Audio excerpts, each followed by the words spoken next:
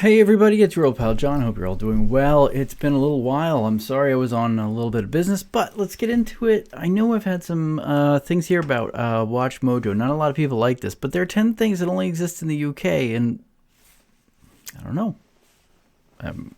Maybe they're right. Party 7. You'll have to be a certain age to remember Party 7, since, in its original form, it disappeared back in the 1980s. Tenor says he did it.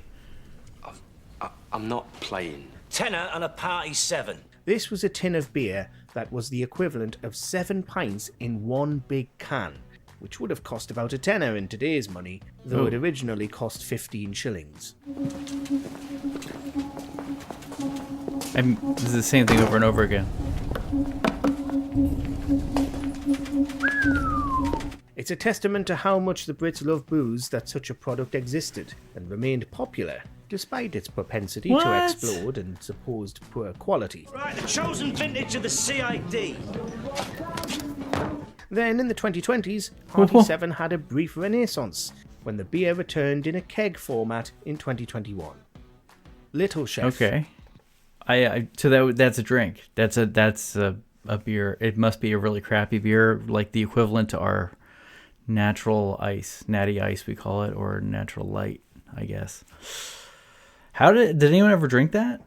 Was it any good, or was it passable, or was it better than American beer? And that was it. It was a sad time in 2018 when the final Little Chefs closed their doors. What? Oh, I remember the song. Once upon a time, every long car journey could be livened up by a trip to a Little Chef, which lined motorways up and down the country. That's what the Little Chef serves me. Little Chef's lots more fun. You could go in there and get classic food, like a full English breakfast for a steal. A boon not only to families giving their kids a chance to stretch their legs, but lorry drivers needing a pick-me-up after hours on the road. It struggled for years following its decline in the 2000s and eventually shut all its branches. But for decades, it was a British cultural icon. A Little Chef goes a long way. The House of... So that's interesting. We have tons of those in the U.S., so I don't know. We got tons of land, so they could just build like all these chains all over the place. You go to any city and there's something like a Denny's or Perkins. I don't know. There are all these little restaurants, but that must have been specific to the UK. That's pretty cool.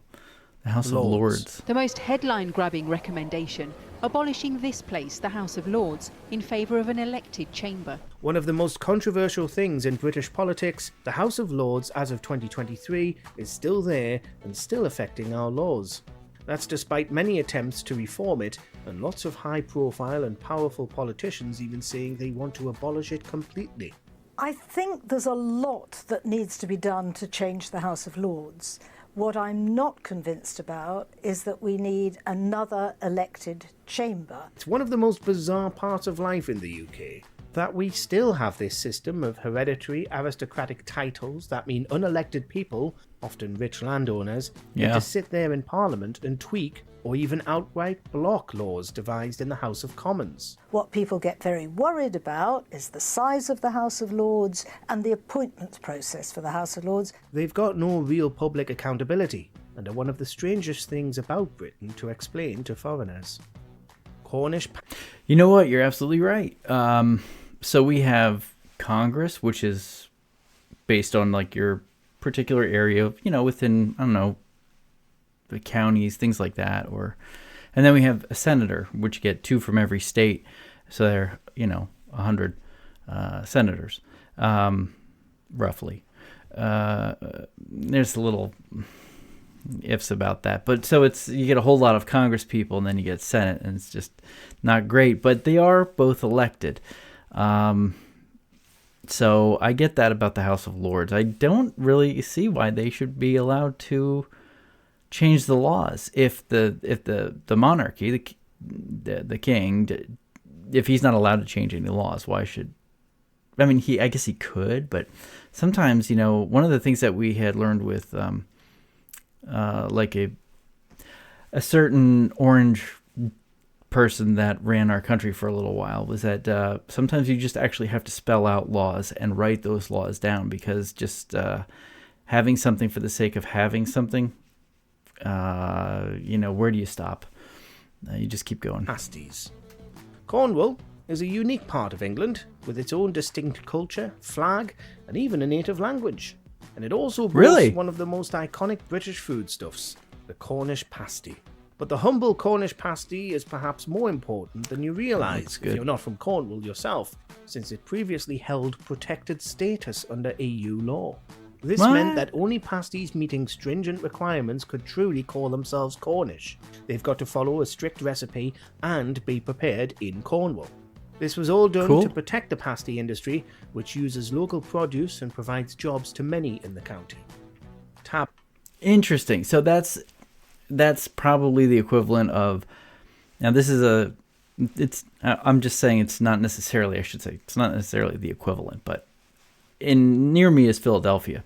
Philadelphia, there is what they call the world famous cheesesteak. It's a piece of bread that's cut in the middle, and you put beef in there, onions, peppers, all sorts of stuff, and it's got cheese on top. It was never meant to be part of the fattening American diet, but it ended up being a fattening American diet. So, I mean, that's something that is true Philadelphia, is to have a true Philly cheesesteak. They taste just really good there. So I can understand why you've got to have one of a truly Cornwall pastry. Okay. Tabloids. Of course, most countries do have tabloids of their own, but tabloid culture in Britain is a law unto itself. Around the world, the UK is notorious for its relentless, unethical tabloids. Not only do British celebs find themselves at the mercy of the tabloid presses regularly, but so do celebrities from elsewhere who are deemed worthy enough to get harassed by UK red tops. For over 100 years now, cheaply produced papers relying on sensationalist reporting and invading the privacy of the rich and famous have been part and parcel of British life. So much so that it's strange to imagine that the media landscape is very different overseas. Yeah, that's one of the things that I've often thought was interesting, are the tabloids in Great Britain. I mean, we used to have them here, but they're called the paparazzi. They just want pictures of stars, but to make up a story, and I think, unless I'm wrong, a lot of these are not made up, but sort of they're stories that are that somebody catches a scoop or whatever you want to call it, catches some kind of story and publishes it. It fibs I was going to say it takes a fact and fudges it a little bit, but then again, I could look at any one of our newspapers and know that they've chosen their own facts to make their own story anyway. So I'm just going to shut up now and keep going. The caterpillar. It's quickly becoming the food fight of the century because the iconic birthday staple, Colin the Caterpillar, is going to war with lookalike Cuthbert. No child's birthday party is complete without a visit from Colin the Caterpillar. Caterpillar cakes are sold by every major supermarket, awesome. all boasting different names, though the original Colin version was introduced by M&S in the 1990s. Marks and Spencers are taking Aldi to court over the budget-friendly version of the cake, claiming that Cuthbert is not only an imposter, but riding on the coattails of the supermarket's reputation. Marks and Spencers is so protective of its Colin name, in fact, that it tried to take Aldi to court for infringing on its intellectual property by releasing a Cuthbert the Caterpillar. It's a bit unfair because you've got similar caterpillars. I think there's a Clyde in Asda, and there's a Wiggle in Sainsbury's, and an Eric. That suit was settled, and Caterpillar cakes continue to be sold by all supermarkets, often as a cost-effective way to get a large amount of chocolate cake for your kids. Okay, just on a side note, all right, first of all, we call it Aldi here in the United States, German company, of course. That is interesting. It's just, I expect that, I expect having someone copy something that is great like that. Yeah, okay, all right, and I can see them just settling out of court, but you can't, like a chocolate caterpillar, I mean, that's really what it comes down to, so I don't see how that's a copy, but great idea originally. I think that's kind of neat. I love that there's a name on it. I think it's good marketing. Greggs. If you miss Little Chef, Greggs is one of the retailers that expanded to fill the vacuum it left behind. This is where it all began. Greg's first shop opened in Gosforth in Newcastle 68 years ago. But not only will you find a Greg's at every service station up and down the country, there's pretty much a Greg's on every single street. Sometimes Really? 2 or even 3 branches all competing with each other. With its cheap, tasty pastries and sandwiches, Greg's has invaded high streets around the country from its headquarters in Newcastle, which has over 30 branches alone. From its roots in the northeast, Greg's expanded steadily. In total, there were over 2,200 branches of Greg's, about 1,000 more branches than McDonald's, but it still only exists in the UK. That's it pretty didn't cool. even have any shops in Northern Ireland until 2016. Today, Greg's has more shops in Britain than either McDonald's or Starbucks, and says it may launch abroad in the years to come. Tizer. I would love to go just to try those things. Like, you know, when I went to Canada for the first time, I had a Tim Hortons. If you don't know what that is, it's great. Sort of like a, I don't know, their version of McDonald's / Dunkin' Donuts, if you even know what that is. But anyway, it's, yeah, that looks, I love trying stuff like that. Like the Tim Hortons coffee, if you have that, it's fantastic. I would love to try Greg's. So when I go over to the UK, that would be something that'll be on my list now. Tizer! It's a red thing! Though its presence on supermarket shelves has waxed and waned, especially in recent years, Tizer is still sold by British retailers and turns 100 in 2024. It's manufactured by Bar, which also makes Iron Brew, but unlike the national drink of Scotland, Tizer has never really appeared in other countries. It remains such a niche drink that you might have thought it had been made defunct, and could have gone years without seeing a bottle. Yes, we have 3 great new flavours. No! We're not changing colour! Tizer! It's a red thing! Bright red and with a top secret recipe, who knows what they really put in Tizer, which adds to the allure of the Great British Pop, as its slogan calls it. Okay, Henry it's pop. Okay, so that makes sense. Yeah, we had one called Surge here, and it was people thought it had like more what would you call it? More caffeine or more whatever, and everyone loved it. It was sort of like if you've ever had, I don't know if you guys have Mountain Dew there. It was sort of like Mountain Dew, but then someone did a test and it found out that Mountain Dew had like more sugar and caffeine or whatever in it. And Surge kind of went away, but it was a thing there, and Surge was green. Green, like a green yellow, and it makes sense. I mean, things come and go, they do, but it's I would love to try it just for the sake of trying it. There's also something called Big Red. It's only sold in Texas now. Henry Hoover. Okay, first of all, the name that you guys call it when you say Hoover was a vacuum cleaner company that was the first one that we exported from the U.S., and it was Hoover. So I guess that's, if my understanding of history is correct, that's why you guys call them Hoovers in the UK. We call them vacuum cleaners, but Hoover's actually a brand name, and I actually have a Hoover. Hoover. What British home is complete without a humble Henry to keep everything shipshape? Meet Henry from Pneumatic International. Henry and his numerous siblings like James and Hetty is certainly the most iconic vacuum cleaner in the UK, thanks to his large googly eyes and cute appearance. They're not the best vacuums on the market, but will be damned if they're not reliable. So what is it that makes Henry the industry favourite?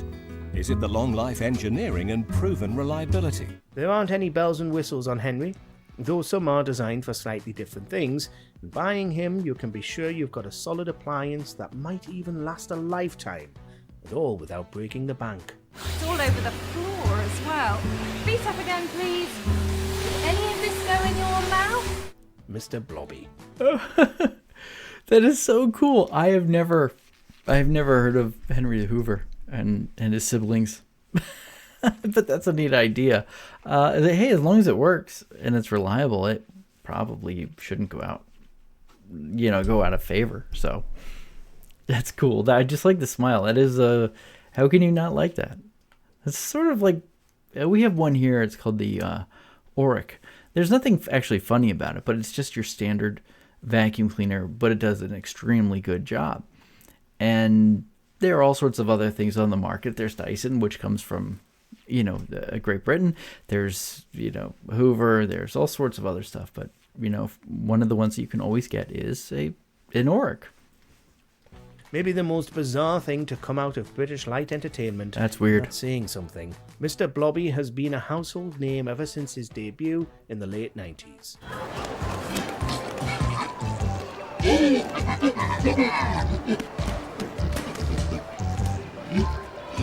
But his longevity defies all logic and reason. An absurd character who caused chaos on Noel's house party, Mr. Blobby now routinely reappears on TV and even on the stage. Because Mr. Blobby will be going on holiday soon, he needs to get a photograph for his passport. Even Blobby needs identification. Every time he does, he wreaks havoc, ruining segments, breaking items, throwing tantrums, and scaring children half to death. Oh, you smashed the thing! Really? Why do they keep bringing him back when his only role is to smash things and screech like a banshee? Your guess is as good as ours. Do you agree with our picks? That is so weird. I've never heard of, what is it, Mr. Blobby, I guess? Well, anyway, yeah, that's a weird one. I don't know what to say about that. All right, any thoughts on that? I'm just kind of curious. I wouldn't mind seeing Greg's in the U.S., but I guess I'll have to go over and visit it when I get there. All right, guys, don't forget to leave a comment. Let me know what you think. Smash that like button. Don't forget to subscribe. All right, I'll talk to you soon. Bye-bye.